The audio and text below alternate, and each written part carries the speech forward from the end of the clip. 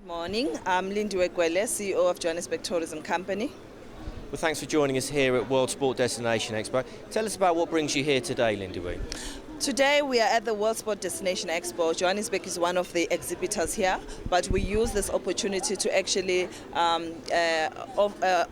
host the certification program for the student, the grade 11 and grade 12 student in the township of Alexandra, which is a stone throw away from Sandton, but it's the most impoverished community of our city. So we thought that instead of bringing established tour operators for the Football for Hope, because the essence of the Football for Hope, it's about giving an opportunity to the children around the world from the impoverished and the previously disadvantaged communities. So obviously we need to walk the talk. Everything that we do as Johannesburg Tourism, we always make sure that we actually adhere to the guidelines of responsible tourism. Tourism is supposed to benefit the communities, and we need to ensure community participation. It was in that spirit that we felt that we need to actually give access to exposure to the youth of Alexandra, so that they take their own destiny into their hands. And today they were being certificated, and the program that they've been embarking upon is theatre accredited,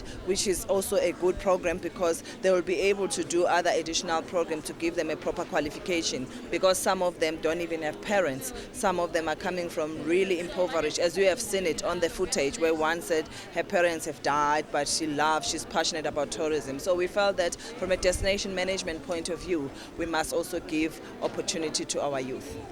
How does your role at JTC fit in with helping the youth of Johannesburg? Within the Johannesburg Tourism Company, we have a Visitor Services Bureau. Within the Visitor Service Bureau, we also have a Tourism Development Unit. Their responsibility is to ensure that we actually provide support, business support to emerging SMEs as part of the whole transformation.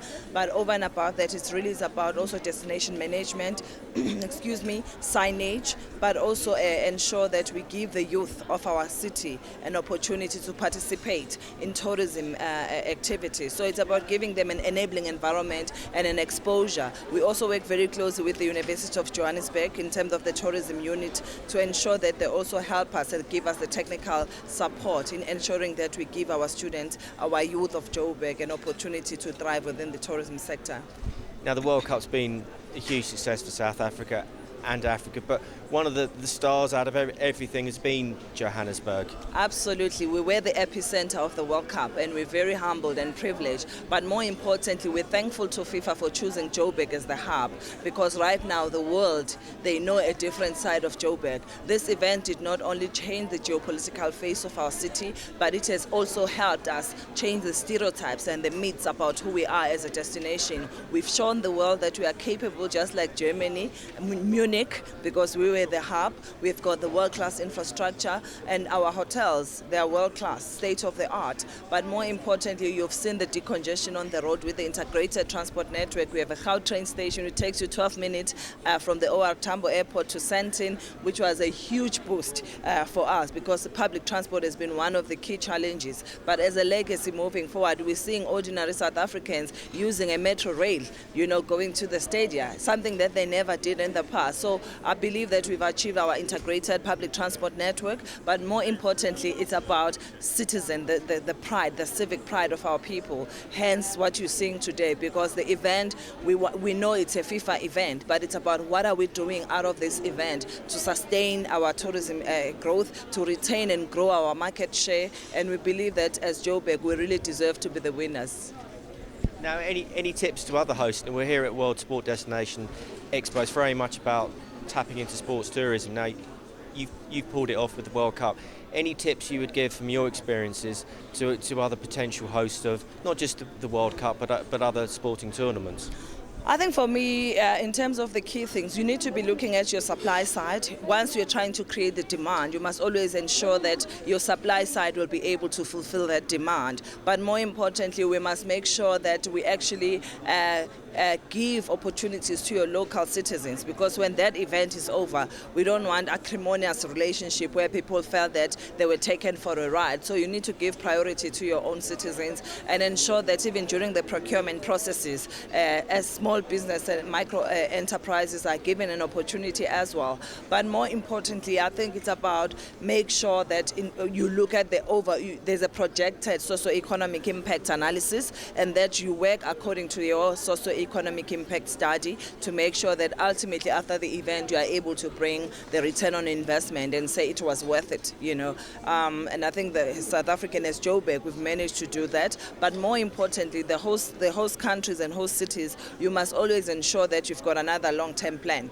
Don't look at the event, because once the event is over, there's a withdrawal symptom. You must be able to think 5 years or 10 years ahead, because right now the next big thing is the Olympics, and the bid is going on in 2013 for the 2020 bid. What are we doing to make sure that we gear ourselves up ready for that particular event? But also as Joburg, when the World Cup closes on the 12th, we will be announcing our bigger event for next year, because you need to think ahead. This was just a springboard to get ourselves on par with other major cities around the world, and I believe we have achieved that.